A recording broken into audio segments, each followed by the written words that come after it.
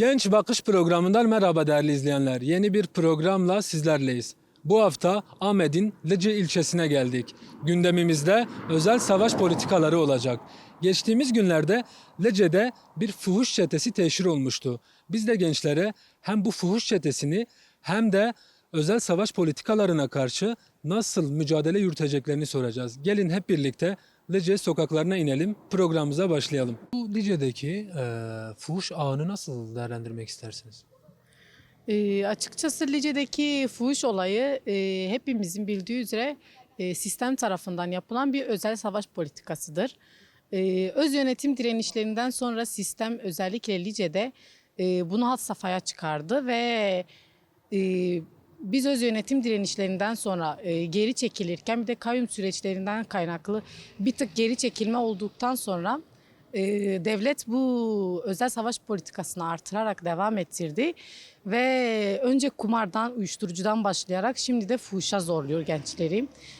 Fuhuştan sonraki adım da ajanlaştırma politikasıdır. Yani bir yandan süreç devam ederken açıkçası bir yandan da gençler üzerinden oynanıyor ve gerçekten de Lice halkını yok etmek amaçlı bir politikada izleniyor. Peki hedefin özellikle Lice olması, yani burada size göre ne amaçlanıyor? Devlet zaten bunu açıkçası açık açık söylüyor zaten.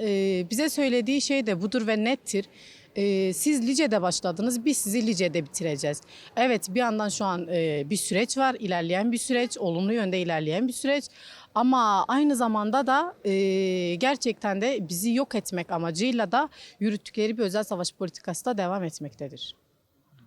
Peki gençler sizce ne yapmalı? Bu özel savaş politikalarına karşı gençler ne yapmalı? Gençlere nasıl sorumluluklar düşüyor? Gençlere şu an düşen en önemli sorumluluk açıkçası hepimize zaten düşen bir sorumluluktur bu. En başta da partiye düşen bir sorumluluktur. Örgütlemedir. Hep beraber önce örgütlenmemiz gerekiyor. Örgütlendiğimiz zaman da gerçekten de bu savaş politikasını da boşa çıkaracağımız da nettir. Şu anda örgütleme çalışmaları yapmak zorundayız. Örgütlenmemiz gerekiyor. Bunun için de bütün gençlerin birazcık elini taşın altına koyması lazım. En önemlisi kadınlar. Şu an en çok iş kadınlara düşüyor, annelere düşüyor. Hep beraber bu özel savaş politikasını yeneceğimiz ve baskılara da boyun eğmememiz gereken bir süreçten geçiyoruz.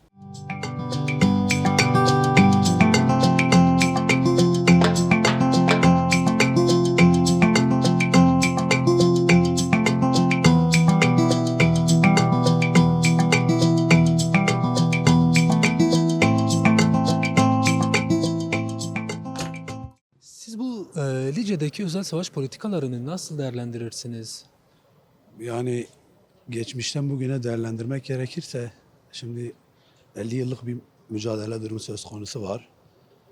Bu 50 yıldan beridir Lice halkı çok çekti. Yani değil Lice halkı şahsında bütün Kürdistan bölgesi çok çekti. Dolayısıyla yani bu özel savaş politikaları sürekli devam ediyor. Ki pratik olarak da günümüzce de Lice'de açığa çıktı. Yani bunun çok üzücü olarak ben belirtmek isterim ki olmaması gereken bir şeydi.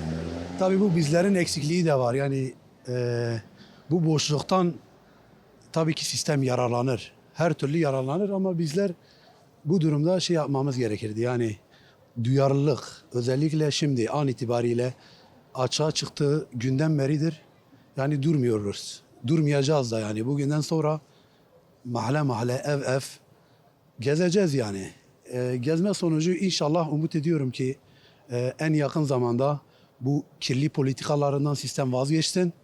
Yani politik bir kimliğimiz var bizlerin. Böyle bir durum asla kabul etmeyiz ki bunlarla da mücadele etmeye devam edeceğiz.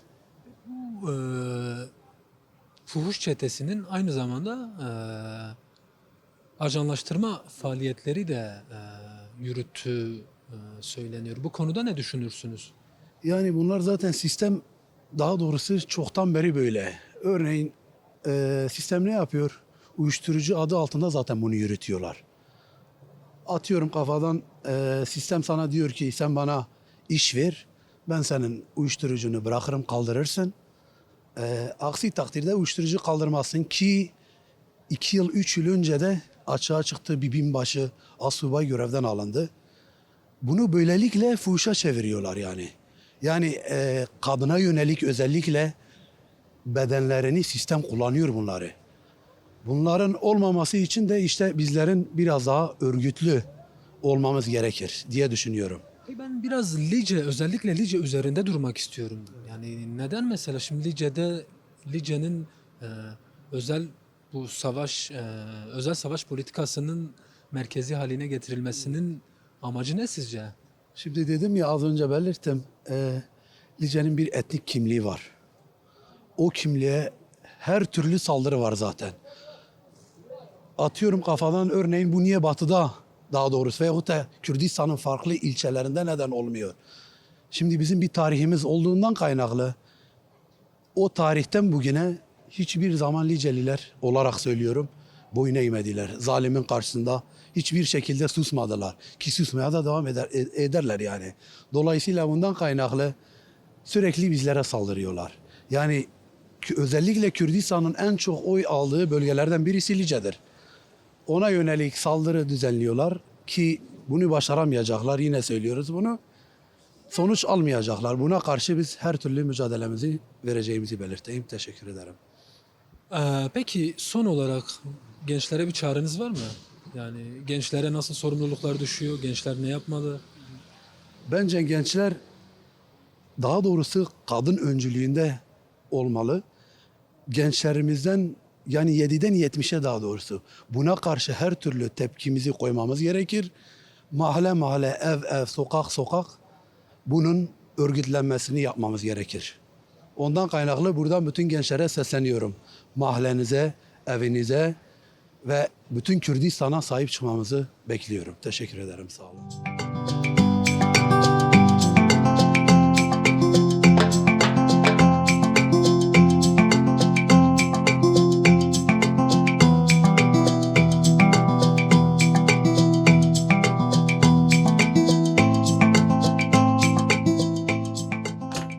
Şimdi Lice'de bir fuhuş çetesi teşhir oldu. Siz bunu nasıl değerlendirmek istersiniz? Yani şöyle, hepimiz bu durumdan rahatsız tabii. Lice gibi değerli, kadim bir ilçenin bu şekilde anılması, başta biz Licelileri, Lice'de yaşayanlar olmak üzere bütün herkesi rahatsız ediyor. Yıllardır zaten Lice ne yazık ki esrarla anılıyordu ama şimdi çok daha farklı şeyler ortaya çıktı. İşte esrarın haricinde çok daha farklı kimyasal maddeler ortaya çıktı. Onun dışında onun da devamında fuhuş ortaya çıktı. Hepimizin kız kardeşi var, hepimizin yeğeni var, hepimizin akrabası. Yani şu an fuhuş, uyuşturucu, esrar ortaokul seviyesine kadar inmiş durumda.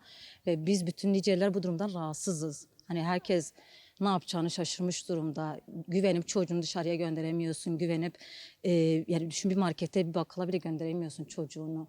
Yani bu durumdan herkes aşırı rahatsız. Hepimiz tedirginiz, uyuyamıyoruz. Hani bu söylemlerin olduğu günden beridir uyuyamıyoruz. Ve herkes birbirine şüpheyle bakmaya başladı. Hani o da mı yapıyor, bu da mı yapıyor? Şimdi yani herkes şu anda tedirgin bir durumda. Bir an önce bu durumun sonlanmasını, en azından bunun için bir çözüm. Çözümü nasıl olur sizce? Nasıl sonlanır? Yani çözümü şöyle, dayana eğitim tabii ki de hepimizin bu konuda bilinçlenmesi gerekiyor. İşte uyuşturucuyla mücadele kapsamında eğitimlerin, seminerlerin düzenlenmesi gerekiyor. Kişide başlıyor iş. Hepimiz bilinçlenirsek, kendimizi geliştirirsek, biz ailede birbirimize yapacağız, güç vereceğiz birbirimize. Daha sonra komşumuza güç vereceğiz, mahalleye güç vereceğiz, ilçeye güç vereceğiz. Ancak bu şekilde hani bir araya gelerek birlik beraberlik içerisinde olursak biz bütün bunların önüne geçirebileceğimizi düşünüyorum. Peki bu özel savaş politikasının, işte Lice'nin özel savaş politikasının merkezinde olmasındaki amaç ne size göre? Hani neden Lice? Yani Lice şöyle, tarihiyle, kültürüyle herkesin bilindiği üzere bir yer. Nasıl diyeyim size, siyasi açıdan çok değerli bir yer olduğu için herkesin gözü kulağı Lice'de. Lice hep siyasette anıldı. Çok daha farklı değerlerle anıldı. Şimdi bütün bu değerler yok edilmek istenmekte aslında. Uyuşturucuyla, fuhuşla Lice'nin o değerini düşürüp Lice'yi siyasi olarak değil de daha çok uyuşturucuyla gündemleştirmeye çalışıyorlar. Hani bakın siyasetin başladığı, işte örgütlenmenin başladığı yerken şimdi ne oldu? Uyuşturucunun, fuhuşun baş merkezi haline getirmek amaçlanıyor.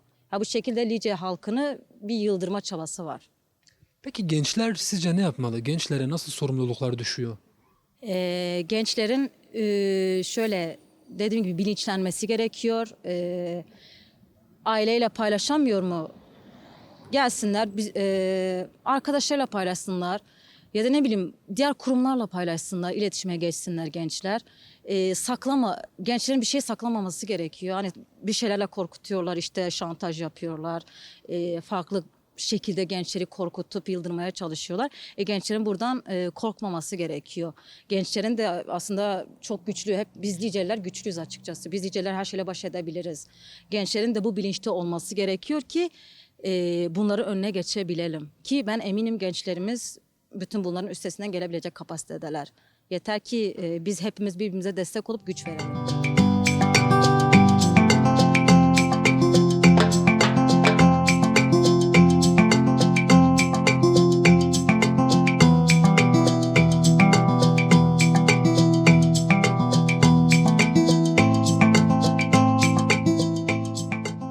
Merhaba. Merhaba. Siz bu Lice'deki özel savaş politikalarını nasıl değerlendirmek istersiniz?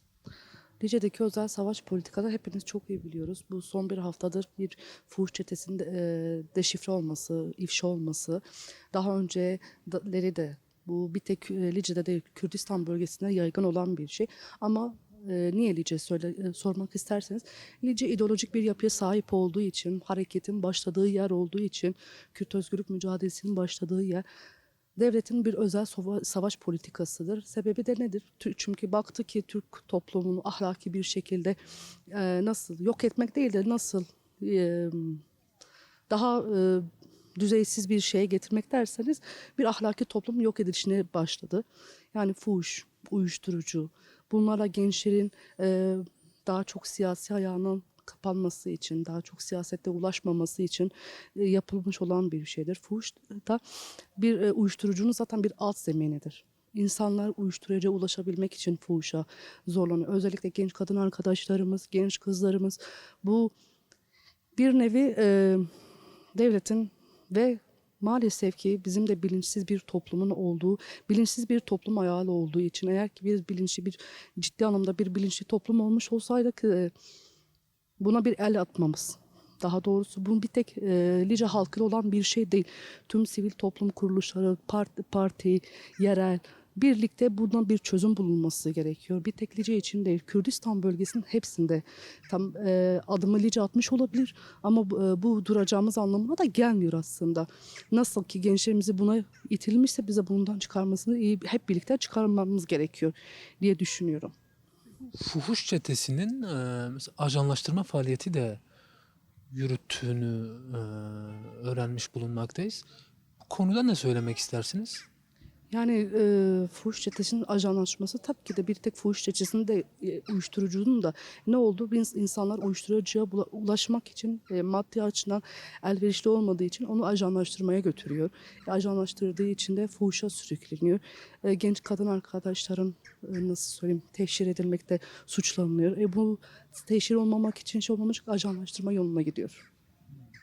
Peki gençler sizce ne yapmalı? Gençlere nasıl sorumluluklar düşüyor? Gençler ne yapmalı? Öncelikle aslında bunun alt temin ekonomik yatıyor. Ekonominin zayıf olması, derin bir yoksulluk aslında. Bunun en temel ayağı derin yoksulluktan geliyor. Derin yoksulluk olduğu için maalesef ki gençlerimiz uyuşturucu, fuhuşa sürükleniyor. Öncelikle aslında bir bilinçlendirme çalışması yapılması gerekiyor gençlere yönelik. Ondan sonra toplumsal olarak eğitimler olabilir, bilinçlendirme çalışmaları olabilir. Ama ondan sonra madde olarak nasıl yapılabilir? Kooperatifler olabilir, genç kadın arkadaşlarımıza, genç erkek arkadaşlarımıza, kültürel, sosyal faaliyetler onlarla birlikte ancak bunun çözümüne ulaşabiliriz. Aslında ben şu da aklıma geldi, şunu da sormak istiyorum. Lice'de son dönemlerde bu intihar vakalarında da bir artış olduğu görülüyor. Sizce bu intihar vakalarının özel savaş politikalarıyla bir bağlantısı var mı? Tabii ki de vardır intihar vakalarının. Özellikle bakarsanız genç kadın arkadaşların intihar vakaları çok fazla sayıda oldu. Bu da bir özel savaş politikasının diğer ayağıdır. Ne oluyor? Ajanlaştırmaya gidilmeyince, fuhuşa gidilmeyince ya da gidilince genç kadın arkadaşların ifşalanma şeylerin bir tehditle gidildiği için genç kadın arkadaşlarımız da o yüzden bir intihara sürüklenme şeyi oluyor. Buradan gençlere son olarak bir çağrınız var mı? Eski ahlaki toplumumuza, eski kimliğimize, kendimize kavuşmamız için bir adım atmamız gerekiyor ve bunun bir bütün olarak yapılması gerekiyor. Bir tek gençler olarak değil, bütün sivil toplum kuruluşları, partimiz, yerel ve en önemlisi Lice halkının buna ses getirmesi gerekiyor. Çünkü bugün burada kalacak olan Lice halkıdır ve buna dur dememiz gerekiyor gençlerimiz için, çocuklarımız için.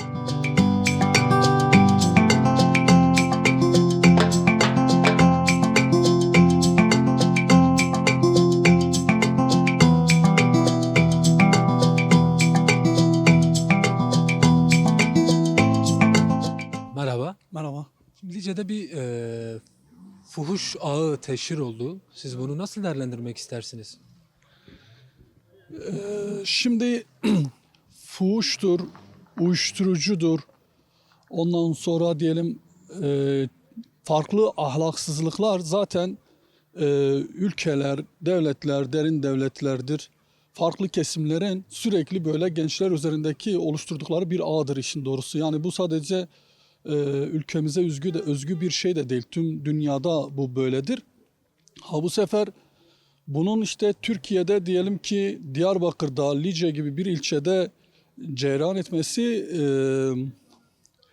yani o konuda biraz sıkıntı var ve bu bizi biraz düşündürüyor ve üzüyor işin doğrusu. Çünkü bir Liceli olarak, Lice'de yaşayan biri olarak Lice'de böyle bir şeyin olmasını zaten kesinlikle istemiyoruz. Kabul edilebilir bir şey de değil.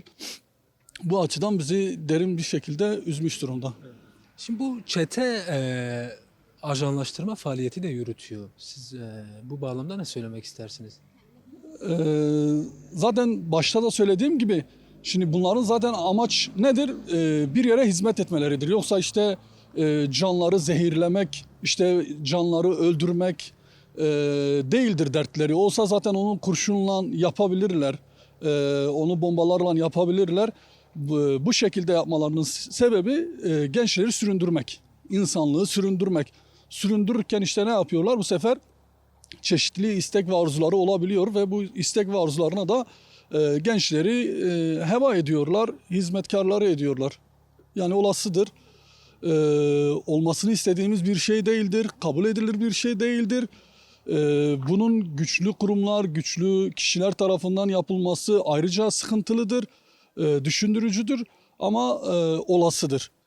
Peki bu özel savaş politikalarıyla Lice böyle etkisizleştirilir mi? Bu mümkün olur mu sizce?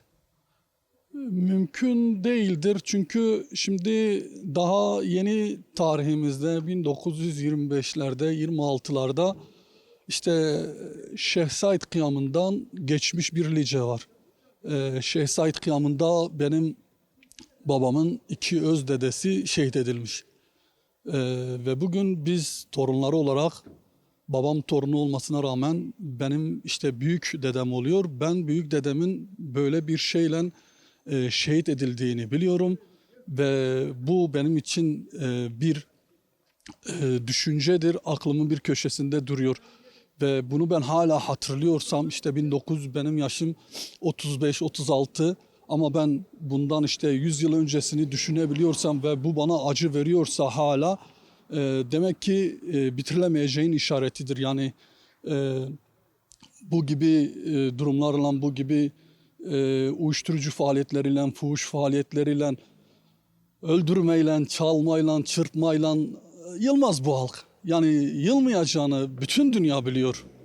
Bütün dünya biliyor. Bu sadece varoluşla alakalı bir şey değildir. Bu düşüncedir. Biz insan olarak, insani olarak ne yapabiliriz? Biz insanlık için, hayat için, yaşam için, dünya için neler yapabiliriz? Bunun düşüncesinde olabilmeleri gerekiyor. Yani bunun düşüncesinde olmalıyız. Bunun adımlarını oluşturmalıyız. Bunun inşasını yapabilmeliyiz. Aksi takdirde bizi hayvandan ayıran tek şey olan akıldan da yoksun olmuş olacağız. Yani biz birbirimizi zehirleyerek, birbirimizin kuyusunu kazarak, birbirimize zarar vererek nereye varacağız? Bunun bize bir faydası olmayacaktır. Bizi insanlığımızdan edecektir, bizi kişiliğimizden edecektir. Ki insanı insan yapan da kişiliğidir, varlığıdır.